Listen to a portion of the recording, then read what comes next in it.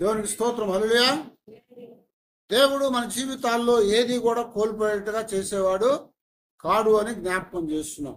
అందుకనే ఆయన అన్ని విషయాల్లో కూడా మనకు తోడుగా ఉండి మనల్ని బలపరిచేవాడన్న వాస్తవాన్ని జ్ఞాపకం చేస్తున్నాడు.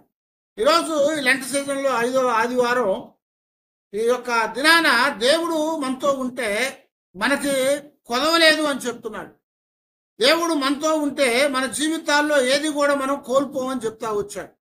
అందుకొరకే యేసుక్రీస్తు వారి యొక్క జీవితంలో లోకంలో ఆయన చేసినటువంటి అద్భుతాలన్నింటిలో కూడా ఆ దినాల్లో లాజరు చనిపోయినప్పుడు లేపబడేటువంటి ఆ యొక్క అద్భుతము చాలా గొప్పదిగా వారు ఎంచుకున్నారు. ఎందుకనంటే చనిపోయిన మనుషుని ఎవరు కూడా అప్పటిదాకా బ్రతికించలేదు.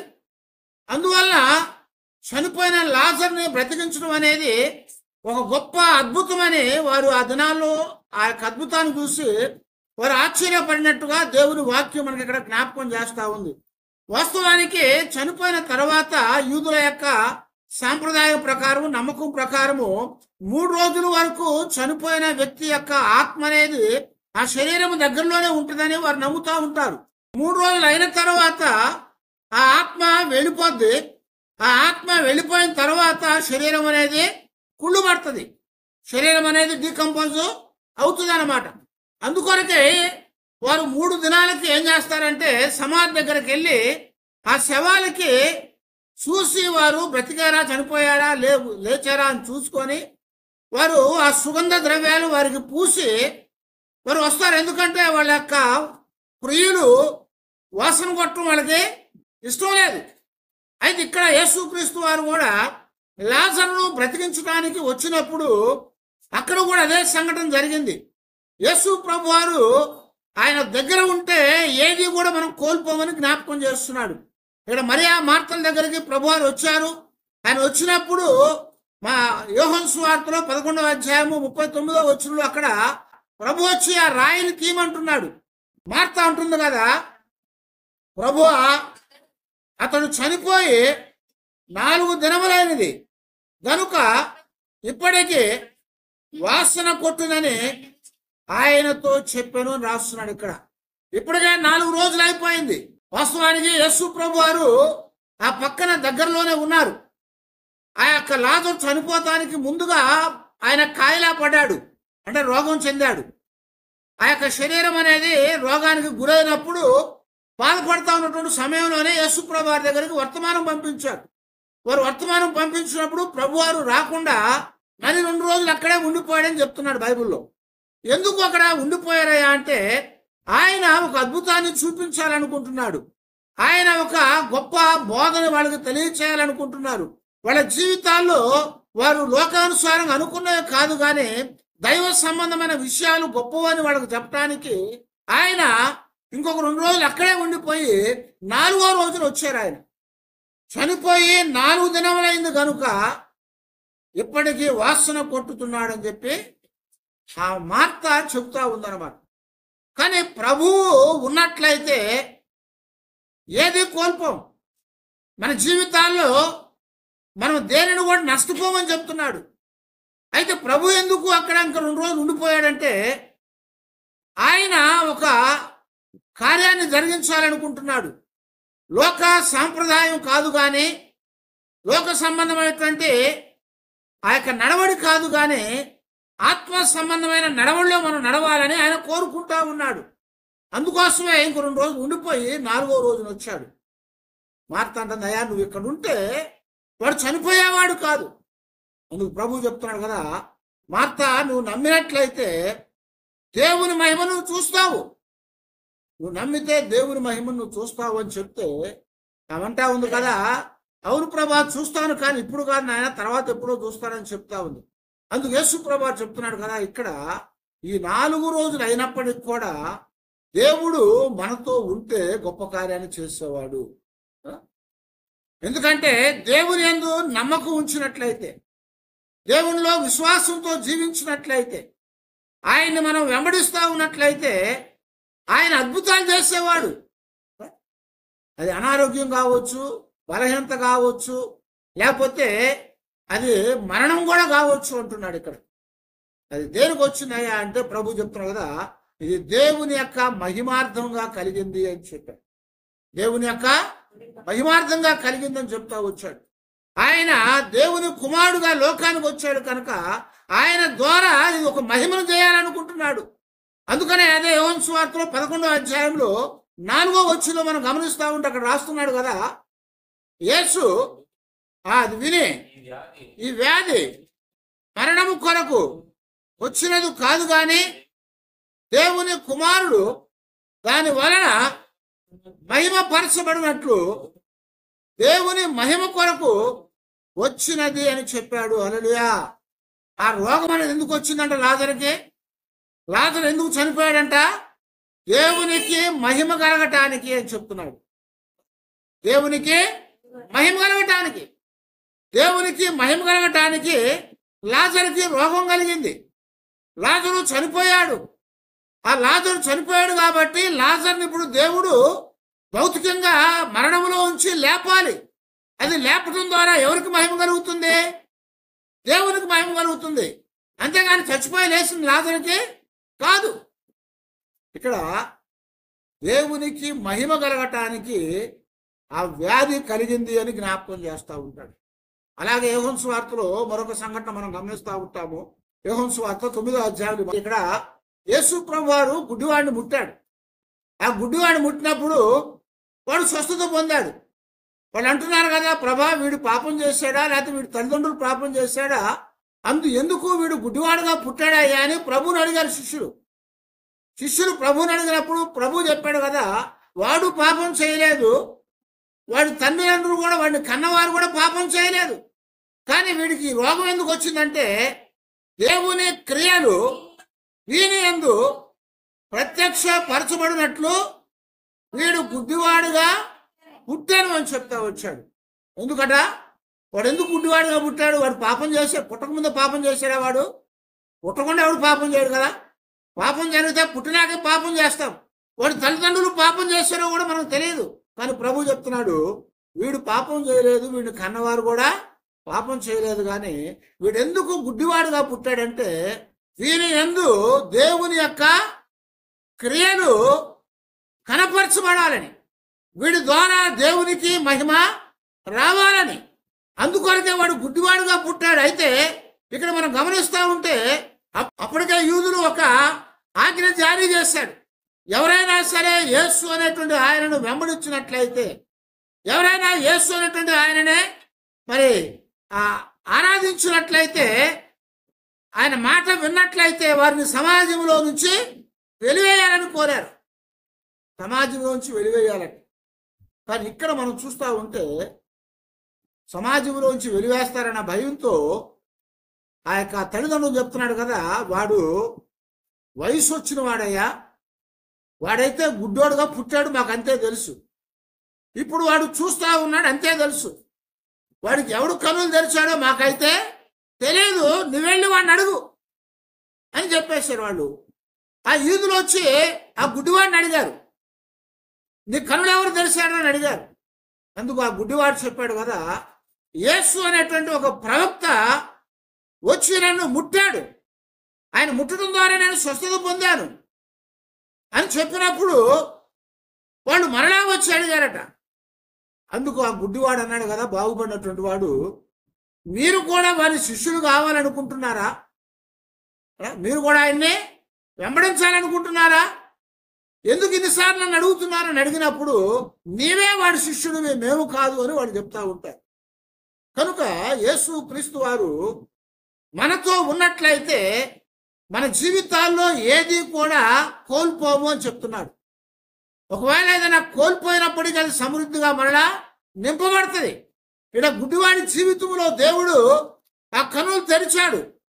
ఆ గుడ్డివాడి జీవితంలో కనులు తెరిచిన తర్వాత మనం ఇక్కడ గమనించినప్పుడు వాడి యొక్క జీవితానికి దేవుడు మేలునిచ్చినట్టుగా మనం చూస్తూ ఉన్నాము. అయితే అదే ప్రకారం ఇక్కడ లాజరు కూడా కాయిలా పడినప్పుడు ప్రభువు ఇంకా ఆలస్యం చేశాడు. ఎందుకంటే దేవుని మహిమ వాని ద్వారా కనపరచబడాలి, దేవునికి మహిమ కలగాలి. కనుక ప్రియా దేవుని బిడ్డలారా, మన జీవితాల్లో దేవుడు ఎప్పుడు కూడా దేవునికి మహిమనివ్వాలని కోరుకుంటా ఉన్నాడు. మనం ఎలాంటి పరిస్థితుల్లో ఉన్నప్పటికీ దేవుని మనం మహిమపరచగలిగినట్లయితే ఆ మహిమ ద్వారా దేవుని నామం ఘనపరచబడి ఆ మహిమకు తగినటువంటి ఆశీర్వాదాన్ని మనము పొందగలుగుతామని చెప్తా ఉన్నాడు. ఇక్కడ చనిపోయిన వాడు బ్రతుకుతాడా అని ఆ యొక్క యూదులందరూ కూడా ఎదురు చూస్తూ ఉన్నారు. వాడు కంపు కొడతా ఉన్నాడు, వాసన కొడతా ఉన్నాడు, దుర్వాసన వస్తుంది. అయితే ప్రభు చెప్పాడు, మీరు ఆ రాతిని తొలగించండి, రాతిని తొలగించండి. ప్రభు వారి యొక్క మాట విని రాతిని తొలగించినప్పుడు యేసుక్రీస్తు వారు చనిపోయి సమాధిలో ఉంచబడ్డటువంటి లాజరుతో మాట్లాడాడు. లాజరు బయటికి రమ్మని చెప్పాడు. వెంటనే ఆ ప్రేత వస్త్రములతో చుట్టబడిన లాజరు బయటికి వచ్చినట్లుగా మనకి రాయబడతా వచ్చింది. అయితే దేవుడు మాట్లాడితే, దేవుని మాట వినగలిగితే వారు ఏ స్థితిలో ఉన్నా కానీ దానికి స్పందించగలుగుతారు. అందుకే గతంలో మనం చెప్పుకున్నాము, యేసు ప్రభు వారు సజీవులకును మృతులకును దేవుడై ఉన్నాడు. ఆయన మృతులకు సజీవులకు కూడా దేవుడు. ఆయన చచ్చినోడికి కూడా దేవుడే, బతికినోడికి కూడా దేవుడే ఆయన. అయితే అదే విషయాన్ని మనం జాగ్రత్తగా చూస్తూ ఉంటే యెహెజ్కేలులో కూడా అదే మాటలు మనం జ్ఞాపకం చేస్తూ ఉంటాడు. 37వ అధ్యాయంలో 12, 13, 14 వచ్చారు మనం చూస్తే, కాబట్టి ప్రవచనం ఎత్తి వారితో ఇట్లనుము, ప్రభువగు యెహోవా సెలవిచ్చినదేమనగా, నా ప్రజలారా మీరున్న సమాధులను నేను తెరచినను, సమాధుల్లో నుండి మిమ్మును బయటికి రప్పించి ఇశ్రాయేలు దేశంలోనికి తోడుకొని వచ్చేదను, సమాధులను తెరచి సమాధుల్లో ఉన్న మిమ్మును బయటికి రప్పించగా నేను యెహోవానై ఉన్నానని మీరు తెలుసుకొందురు. హల్లెలూయా. ఏం చెప్తున్నాడండి? నేను సమాధులతో చెప్పమని చెప్తున్నాడు, సమాధుల్లో ఉన్నవారిని లేపమని చెప్తా ఉన్నాడు. ఆ సమాధుల్లో ఉన్నవారు ఆయన స్వరం విని లెగవాలట. సమాధుల్లో ఉన్నవారు ఎవరైనా వింటారా? వింటారండి? సమాధుల్లో ఉన్నవారు ఎవరైనా వింటే మనం వెళ్ళి వాళ్ళతో మాట్లాడుతూ ఉండొచ్చు, వాళ్ళని పిలిచి బయటికి తీసుకొస్తా ఉండొచ్చు. కానీ సమాధుల్లో ఉన్నవారు మన స్వరం వినరు, కానీ దేవుని స్వరం వింటారు. దేవుని స్వరం వింటారు. అందుకని ఏమన్నాడు ఇక్కడ, అదిగో ప్రభువుకు యెహోవా సెలవిచ్చిందేమనగా, నా ప్రజలారా మీరందరూ సమాధుల్లోనూ నేను తెరుస్తానని చెప్తున్నాడు. మీ సమాధులన్నీ కూడా నేను తెరుస్తాను, మిమ్మల్ని బ్రతికిస్తాను, మిమ్మల్ని మరలా ఇశ్రాయేలు దేశంలోనికి నేను తోడుకొని వస్తానని చెప్తా ఉన్నాడు.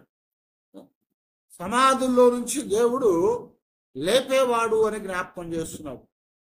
దేవుడు మనతో ఉంటే, దేవుడు మనలో ఉంటే మన జీవితాల్లో సమాధుల్లో ఉంచి కూడా లేపడతాము. సమాధుల్లో నుంచి కూడా లేపడతాం. కారణం ఏంటంటే ఆయన సజీవులకును మృతులకును దేవుడై ఉన్నాడు. ఆయన శక్తివంతుడై ఉన్నాడు. ఆయన సృష్టికర్త అయి ఉన్నాడు. ఆయన ఏదైనా చేయగలిగినటువంటి గొప్ప ప్రభావం కలిగినటువంటి వాడు, శక్తివంతుడని దేవుడు వాక్యం జ్ఞాపకం చేస్తా ఉంది. కాబట్టి మన జీవితాల్లో మనము దేవుని స్వరం విన్నట్లయితే మనం చచ్చినా సరే బ్రతికినా సరే దానికి స్పందించగలుగుతాము.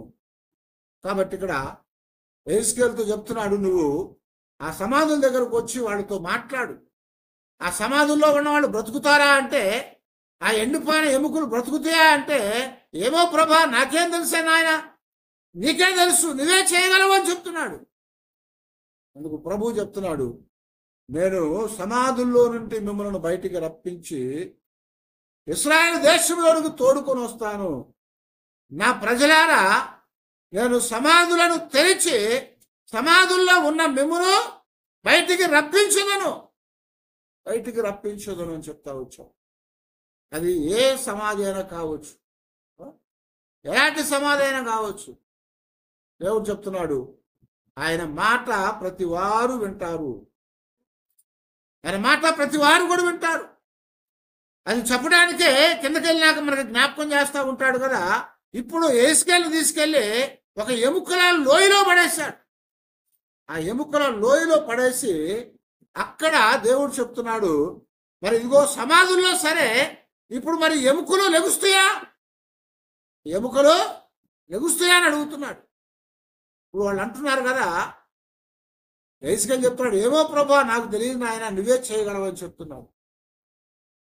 ఆ సమాధుల దగ్గరికి ఎందుకు వెళ్ళామంటే సమాధుల్లో ఉన్నవారిని లేపడానికి, బయటికి పిలవటానికి. అయితే లాజరు చనిపోయినప్పుడు ప్రభు అన్నాడు కదా, 2 రోజులు ఆగిపోయిన తర్వాత బయలుదేరి మనం వెళ్దాం పదని చెప్తాడు. వెళ్ళి మనం వెళ్దాం పదని చెప్తా ఉన్నప్పుడు అక్కడ వెంటనే దిదుమా అని పిలువబడ్డటువంటి ఎవరు, తోమ, దిదుమా అని పిలువబడ్డటువంటి తోమ 16 వచనం రాయబడతా ఉంటుంది. ఆయన అంటాడు కదా, పదండి మనం కూడా వెళ్ళి చనిపోదాం అంటాడు. మనం కూడా వెళ్ళి చనిపోదాం. యేసు ప్రభువు ఇక్కడ ఎందుకు వచ్చాడయ్యా అంటే చనిపోవడానికి కాదు. ఆయన ఎందుకు వచ్చాడట, ఆయన చనిపోయిన వారిని లేపటానికి, మృతులైన వారిని సజీవులుగా చేయటానికి, నిద్రలో ఉన్న వారిని మేలుకొల్పటానికి, సమాధి స్థితిలో ఉన్నటువంటి వారిని బయటికి తీసుకురావటానికి. కాబట్టి ప్రభు ఎందుకు వచ్చాడంటే మనం ఏ పరిస్థితుల్లో ఉన్నప్పటికీ మన జీవితాలకు ఆయన మేలు చేయటానికి వచ్చాడని చెప్తున్నాడు. అందుకే దేవుడు ఇందాక కీర్తనలో చదువుకున్నట్టు 8వ కీర్తనలో దేవుని కంటే కొంచెము తక్కువ వానిగా మహిమా ప్రభావాలతో దేవుడు మానవుణ్ణి సృజించాడు. అయితే ఆ మానవుడు ఇప్పుడు దేవుని మహిమను ప్రభావాన్ని పోగొట్టుకొని చచ్చిన స్థితిలోనికి వెళ్ళిపోయాడు. కనుక దేవుడు మరలా వచ్చి ఆయన లేపాలనుకుంటున్నాడు. ఆయన మరలా వచ్చి బ్రతికించాలనుకుంటున్నాడు. ఆయన ఆ చచ్చిన స్థితిలో నుంచి, మరణావస్థలో నుంచి బయటికి తేవాలని పిలుస్తూ ఉన్నాడు. బయటికి తేవాలని పిలుస్తున్నాడు. ఎందుకంటే రోమీయులకు రాసిన పత్రికలో 8వ అధ్యాయంలో 11వ వచనం పౌలు గారు చెప్తా ఉంటాడు, మృతుల్లో నుండి యేసును లేపినటువంటి ఆత్మ మీలో నివసించి ఉన్నట్లయితే మృతుల్లో నుండి క్రీస్తు యేసును లేపిన వాడు చావునకు లోనై ఉన్న మీ శరీరములను కూడా మీలో నివసించుచున్న తన ఆత్మ ద్వారా జీవింప చేయును. హల్లెలూయా. ఎవరు మనల్ని జీవింప చేస్తారట? క్రీస్తును మృతుల్లో నుండి లేపినటువంటి వాడే మనల్ని కూడా మృతుల్లో నుంచి లేపుతాడు. ఎందుకనంట, ఆయనను మృతుల్లో నుంచి లేపాడు కాబట్టి ఆ ఆత్మ మనలో ఉన్నట్లయితే మనము కూడా ఆయనతో పాటు మృతుల్లో నుంచి లేపబడతాము అని జ్ఞాపకం చేస్తున్నాడు. దేవుని యొక్క ఆత్మ సజీవమైంది. దేవుని యొక్క ఆత్మ బ్రతికించేది. దేవుని ఆత్మ బ్రతికించేది. మొట్టమొదటి ఆదాముని ఏది బ్రతికించింది? దేవుని యొక్క జీవవాయువు, జీవాత్మ. అవునా? ఆ నాసికానంద్రాల్లో దేవుడు జీవవాయువును ఊదాడు కాబట్టి ఆ జీవించే ప్రాణి అయ్యాడని చెప్తున్నాడు. అయితే ఇప్పుడు యేసు క్రీస్తు వారు ఆయన జీవించే ప్రాణి కాదు, ఆయన జీవింప చేసే ఆత్మై ఉన్నాడు. యేసు ప్రభువు ఎవరట? జీవింప చేసే ఆత్మ. మృతుల్లో నుండి యేసును లేపిన వాని ఆత్మ మీలో నివసించి ఉన్న ఎడలా అంటున్నాడు. మృతుల్లో నుండి క్రీస్తును లేపిన వాడు చావునకు లోనైన మీ శరీరమును కూడా ఏం చేస్తాడంట? తన ఆత్మ ద్వారా జీవింపు చేస్తాడు అని చెప్తున్నాడు. ఇప్పుడు ప్రభువును లేపినటువంటి ఆత్మ, ప్రభువును లేపిన ఆత్మ మనలో ఉంది అని చెప్తున్నాడు. ఆ ఆత్మ ప్రభువునే కాదు మనల్ని కూడా లేపుతుంది. ఆ ఆత్మ మనల్ని కూడా లేపుద్దట. కారణం ఏంటంటే ఆ ఆత్మకు మరణము లేదు. ఆ ఆత్మ నిరీక్షణతో కూడినటువంటి ఒక ఆత్మది. ఆ ఆత్మ మనం కలిగి ఉన్నప్పుడు మనల్ని కూడా అది లేపి సజీవులుగా చేస్తుందని చెప్తున్నాడు. అది మనల్ని లేపి సజీవులుగా చేసేది. కనుక ఇప్పుడు యేసు ప్రభువారు లాజరు దగ్గరకు వచ్చి 4 దినాలు అయిపోయిన తర్వాత రాతిని తొలగించి లోపల ఉన్నటువంటి చనిపోయిన లాజరును బయటికి పిలిచాడు. పిలిచినప్పుడు ఆయన బయటకు వచ్చాడు. ఎలాగొచ్చాడయ్యా అంటే యోహాను సువార్తలోనే మనం 5వ అధ్యాయంలో 24వ వచనంలో చూడండి, అక్కడ ఏమంటున్నాడు? నా మాట విని నన్ను పంపిన వాని యందు విశ్వాసముంచువాడు నిత్య జీవం గలవాడై ఉన్నాడు. వాడు తీర్పులోనికి రాక మరణములో నుండి జీవములోనికి దాటి ఉన్నాడని మీతో నిశ్చయముగా చెప్పుచున్నాను. మృతులు దేవుని కుమారుని శబ్దము విను గడియ వచ్చుచున్నది, ఇప్పుడే వచ్చి ఉన్నది.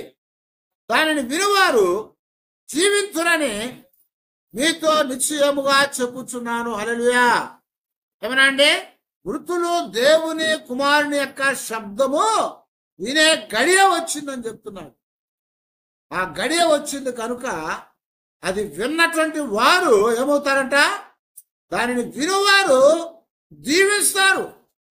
దాన్ని వింటే జీవిస్తారు, దాన్ని వింటే బ్రతుకుతారు. వారు మృత స్థితిలో నుంచి లెగుస్తారని చెప్తున్నాడు ఇక్కడ. వారు మృత స్థితిలో నుంచి లేచేవారుగా ఉంటారు. కాబట్టి సమాధులు లేపబడతాయి అంటే సమాధులు తెరవబడతాయని, సమాధులు తెరవబడినప్పుడు సమాధుల్లో ఉన్నటువంటి మృతులు ఆయన స్వరం వింటారని చెప్పాడు. యెహెజ్కేలుతో అదే చెప్పాడు కదా. ఇక్కడ ఏమన్నాడు? ఆ సమాధుల్లో నుంచి వారితో మాట్లాడు. సమాధులు తెరవబడి అందులో ఉన్నటువంటి వారు బ్రతికి నేను వారిని ఎక్కడికి తీసుకెళ్తా అన్నాడు? పట్టణంలోనికి తీసుకుని వెళ్తానని చెప్పాడు. పట్టణంలోనికి తీసుకుని వెళ్తా అని చెప్తాడు. కారణం ఏంటంటే ఆయన స్వరము ఎవరైతే వినగలుగుతారో వారు బ్రతికించబడతారు. వారు బ్రతికించబడతారు. వారు చస్తే లేపబడతారు. చచ్చిన స్థితిలో ఉంటే కూడా వారు సజీవులుగా చేయబడతారు. ప్రకటన చెప్తా ఉంటాడు, నువ్వు బ్రతికి ఉన్నావన్న పేరు మాత్రం ఉంది కానీ నీవు మృతుడివే. బ్రతికే ఉన్న పేరుందట కానీ మృతుడివే అని చెప్తా ఉన్నాడు.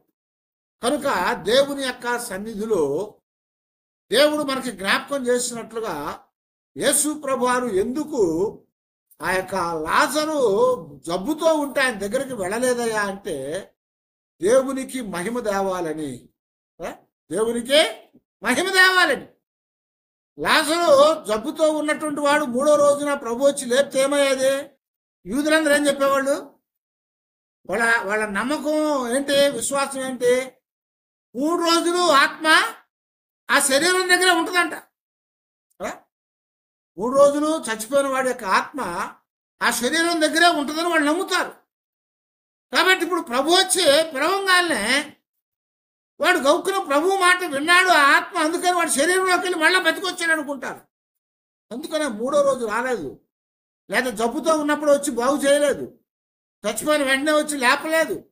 4 రోజులు అయిపోయింది. 4 రోజులు ఏంటంటే వారి యొక్క నమ్మకం ప్రకారంగా, ఆచారం ప్రకారంగా ఇప్పుడు 4వ రోజున ఏమవుద్ది? శరీరము కుళ్ళిపోద్ది. శరీరం ఎందుకు కుళ్ళిపోద్ది? శరీరములో ప్రాణము లేదు కాబట్టి వాసన మొదలవుతుంది. ఎందుకని? ప్రాణం లేదు కాబట్టి, మృతమైపోయి ఉంది కనుక. ఇప్పుడు మృతమైన దానిలో నుంచి దేవుడు లేపాలి, మృతమైన దాని నుంచి దేవుడు లేపాలి. అందుకనే ఆయన స్వరము ప్రతి వారు వినగలుగుతారు. ఎవరు? సజీవులు మాత్రమే కాదు, చనిపోయిన వారు సైతము కూడా ఆయన స్వరాన్ని వినగలుగుతారు అని జ్ఞాపకం చేస్తున్నారు. చనిపోయినా సరే ఆయన స్వరం వింటాం మనం. ఎలాగయ్యా అంటే ఆయన పిలిచినప్పుడు ఆయన స్వరము అందరికి వినపడుతుంది. కనుకనే దేవుని యొక్క సన్నిధిలో లాజరు చనిపోయినప్పుడు 4వ రోజు వచ్చి ప్రభు బ్రతికించాడు. అదే ప్రకారంగా యెహెజ్కేలుతో చెప్పినట్టుగా సమాధులు తెరవబడి అందులో ఉన్నవారు బ్రతుకుతారు. అందులో ఉన్నవారు బ్రతుకుతారు. ఎందుకంటే వారితో ప్రభు మాట్లాడతాడు అని చెప్తున్నాడు. ఆయన స్వరము ఎవడైతే వినగలుగుతాడో వారందరూ కూడా లేపబడతారు. ఆయన స్వరం ఎవరైతే వినగలుగుతారో వారందరి యొక్క జీవితాల్లో జీవం కలుగుద్దని చెప్తున్నాడు. జీవము కలుగుతుందని చెప్తున్నాడు. కాబట్టి దేవుని యొక్క సన్నిధిలో మన జీవితాల్లో మనం ఆయన స్వరాన్ని విన్నప్పుడు మన జీవితాలకి జీవం కలుగుద్ది. ఆ జీవాన్ని మనం పొందాలని దేవుడు మనల్ని కోరుకుంటా ఉన్నాడు. ఆ జీవం మన జీవితాల్లో మనం పొందటానికి దేవుడు మన జీవితాల్లో కార్యాన్ని చేయటానికి ఆయన సిద్ధంగా ఉన్నాడని చెప్తున్నాడు అనమాట. కాబట్టి మనం ఎల్లప్పుడూ కూడా దేవుని స్వరం వినగలిగేటువంటి వారంగా మనం ఉండాలి. అది వినగలిగితే మనం ఏది కూడా నష్టపోము, ఏది కూడా కోల్పోయే వారంగా ఉండము మనము. అందుకనే ప్రభు చెప్తా ఉంటాడు, యెహెజ్కేలుతో చెప్పాడు, సమాధుల్లో నుంచి వాడు బ్రతుకుతారా అంటే, ఏమో ప్రభా నీకే తెలుసు నాయన అన్నాడు. ఆ తర్వాత ఇంకొంచెం ముందుకెళ్ళినాక ఆ ఎండిపోయినటువంటి లోయలోనికి తీసుకెళ్ళిపోయాడు. ఆ ఎండిపోయిన ఎముకల లోయది. ఆ లోయలోకి వెళ్ళినాక అక్కడ చెప్తా ఉన్నాడు, ఈ బ్రతుకుతీయా అంటే, ఏమో ప్రభా నాకేం తెలుసు నీకే తెలుసు అని చెప్తున్నాడు. అందుకు చెప్పాడు, అయితే నువ్వు వాటి మీద ప్రవచనమెత్తి ఆత్మను కుమ్మరించమన్నాడు. నువ్వు ప్రవచనమెత్తి వాటి మీద ఆత్మను రమ్మని చెప్పమన్నాడు. ఆత్మను రమ్మని చెప్పినప్పుడు ఏమైంది తెలుసా, ఆ ఎముకలన్నీ కూడా ఎండిపోయినవి మరి ఒకదానితో ఒకటి అతకబడ్డట్టుగా చేయబడ్డాయి. ఎంత ఆశ్చర్యమైన సంఘటన. ఎన్నో దినాలు అయిపోయింది, ఎన్నో సంవత్సరాలు అయిపోయింది. బహుశా ఆ ఎముకలన్నీ కూడా అక్కడ గుట్టగా పోయబడి అవన్నీ కూడా ఎండిపోయి ఉన్నాయి. జీవం లేదు వాటిలో, జీవం అనేది లేదు వాటిలో. కానీ దేవుడు చెప్తున్నాడు, ఆయన స్వరం వింటే ఏమొస్తుందట, జీవం కలుగుతుంది. ఆయన మాట వింటే జీవం వచ్చింది. ఎందుకంటే ఆయన జీవం కలిగిన వాడు. అందుకని చెప్పాడు, నేనే జీవమును పునరుద్ధానమునై ఉన్నాను. ఏమన్నాడు, నేనే జీవాన్ని, నేనే పునరుద్ధానాన్ని. ఆయన జీవము, ఆయనలో జీవం ఉంది.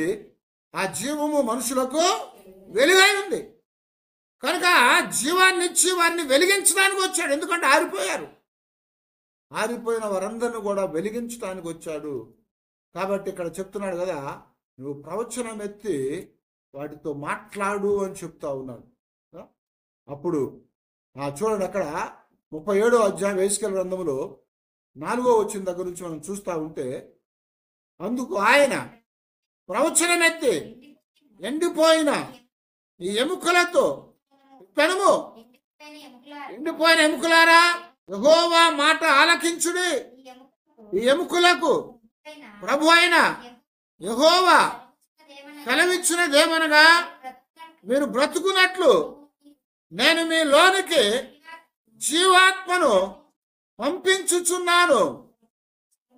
చర్మము కప్పి మీకు నరములను వచ్చి మీ మీద మాంసము పొదిగి చర్మము మీ మీద కప్పెదను.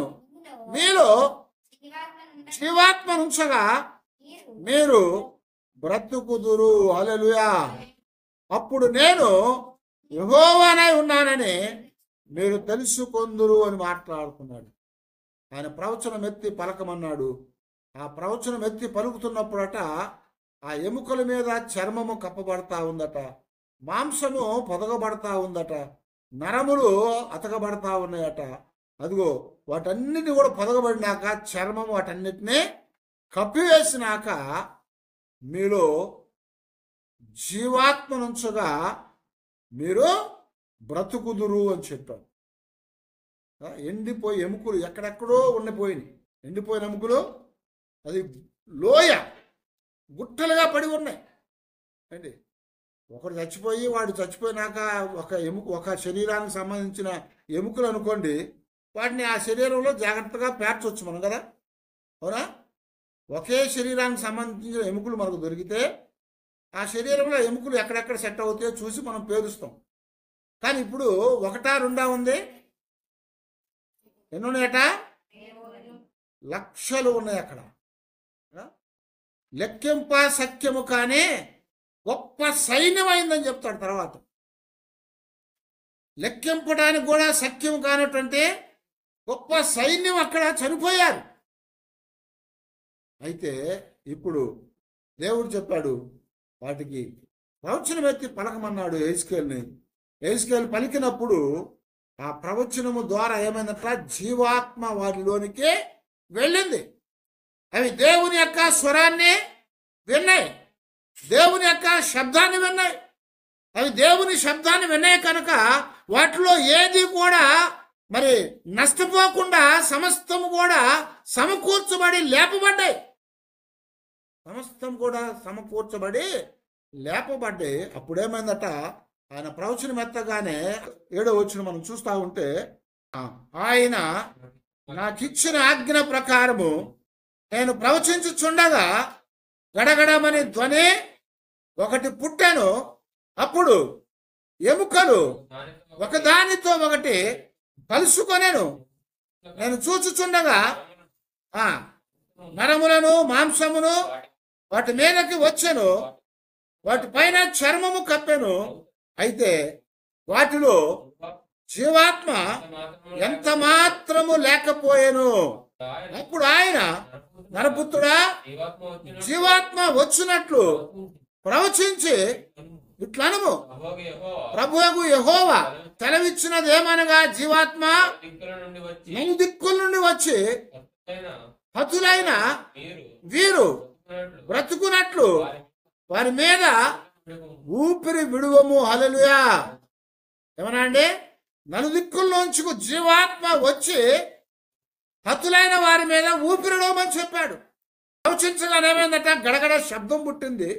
ఎముకలు ఒకదానితో ఉంటే అతకబడ్డాయట. ఇదివరకు పాఠాలు చెప్తా ఉంటే బొమ్మ వేసేవాళ్ళు, బొమ్మలు ఏం అర్థమయ్యేది కాదు. కానీ ఇప్పుడు 3D వచ్చేసింది. 3D అంటే అది కళ్ళకు అలా కనపడతా ఉంటుంది అనమాట.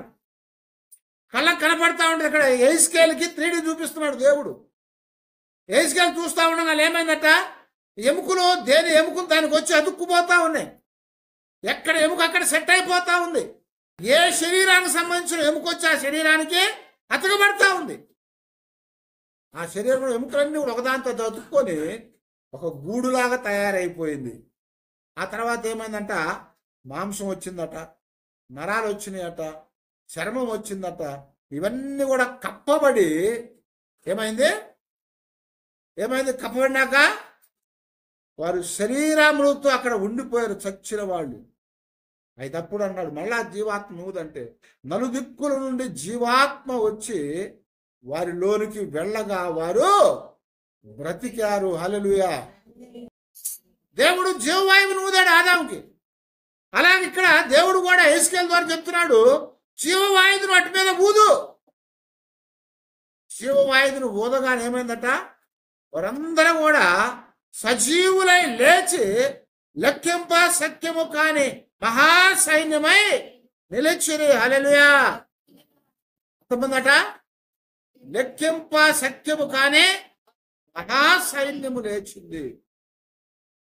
ఇక్కడ దేవుడు చెప్తా వచ్చాడు, దేవుడు జీవింప చేసేవాడు. ఆయన మృతులకును సజీవులకును దేవుడై ఉన్నాడు. ఆయన మనతో ఉంటే మనం ఏది నష్టపోము. ఆయన ఆత్మ మనలో ఉంటే మనం చచ్చినా సరే అది మనల్ని బ్రతికించుద్ది. అలాగ బ్రతికించటానికే ఆయన జీవాత్మను మనకిచ్చాడు.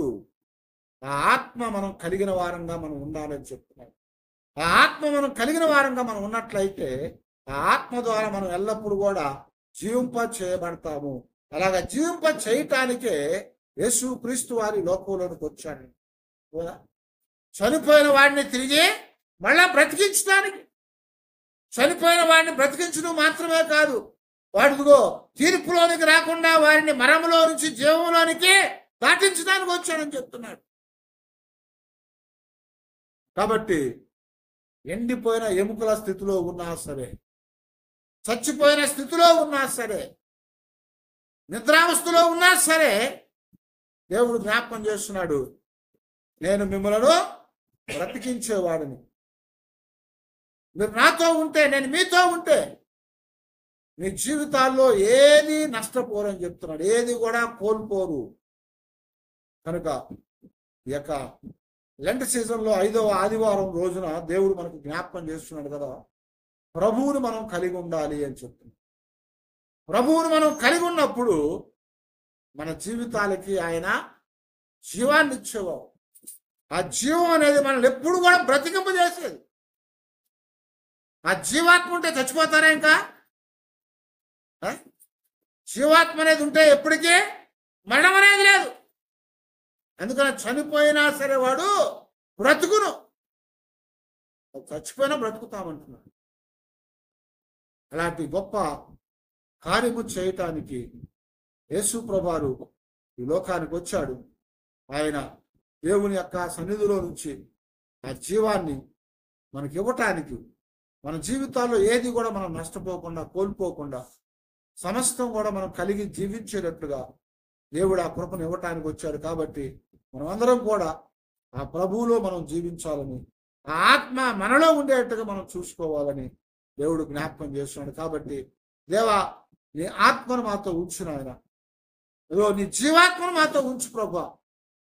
నువ్వు లోకానికి వెలుగునిచ్చావు, నువ్వు నీలో జీవం ఉంది, ఆ జీవం మనుషులకు వెలుగై ఉంది కనుక ప్రభా, మేము ఆ వెలుగును కలిగిన వారమై చీకట్లో నడిచి తొట్టుపడకుండా నిత్యము నీ వెలుగులో నడిచి నీతో పాటు జీవాత్మ చేత నింపబడిన వారమై ఆ యొక్క నిత్య జీవములో చేరటానికి సహాయం చేయమని దేవుని దగ్గర ప్రార్థన చేసుకున్నాం.